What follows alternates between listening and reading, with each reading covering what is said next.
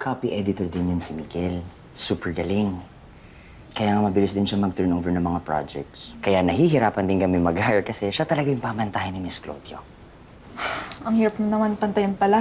Baka pagkatapos ng probation period ko, ligwak agad. Hoy, ano ka ba? Kaya mo yan. I believe in you.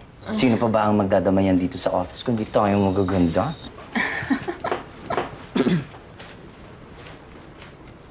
Oh, nag-breakfast na kayo? Aba, at bakit ka nandito, Miggy? Di ba sabi niyo ay niyo pumunta sa office? At in fairness, mukhang talagang nagpabango ka today, ah.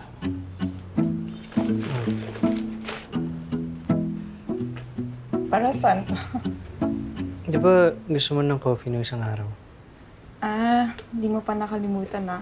Magkano to? On me. Pang-welcome ko sa'yo.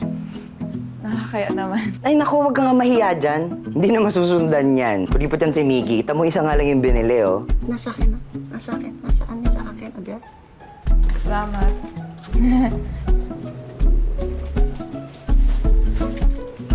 Diba, sabi ko sa'yo, mabait.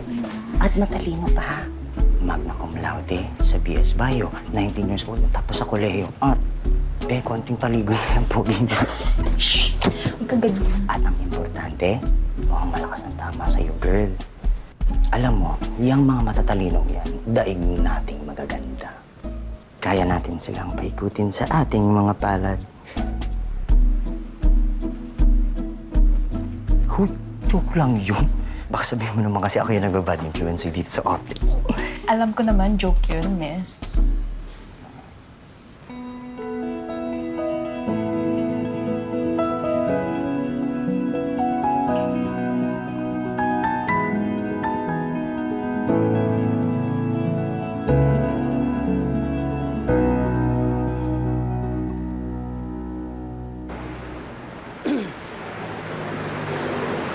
Kamusta trabaho? Uy. Nakakapagod. Nakakangapa pa rin. Basta pag may kailangan ka, sabi ka lang. Nakakaya naman. Mabilis naman ako gumawa. Sabi nga ni Miss Joreen. May gagawin ka ba? Gusto mo ba mag-dinner? May lakad pa kasi ako. Naghintay lang ng ride. Next time na lang siguro. Okay, sige. Number mo. Pwede ko makuha number mo. Bakit? Nagkikita naman tayo dito sa oras. Oo. Kikita na tayo sa Andyan na ata ride ko. Sige, mauna na ako. Okay. Ingat. Kainis. Hindi ka talaga marunong. Upon review sa work mo, you are inconsistent as of now. And medyo mabagal. Sabi mo, may experience ka sa editing. Ginagamay ko pa po kasi ang trabaho. Oh, akala ko naman familiar ka na sa standards. Kung alam ko lang.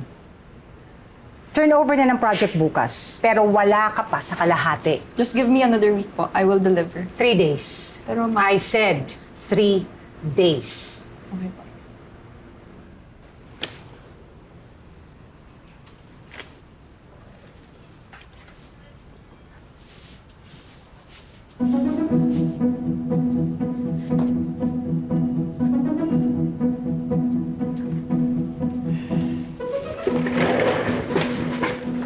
Miguel, I think I need your help.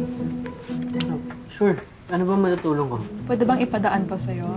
Natapos ko na pero baka may mga na-miss ako eh. Kung di ka lang busy ah. Hindi naman ako busy. Para sa'yo. Salamat. Buti na lang may mabit akong office mate.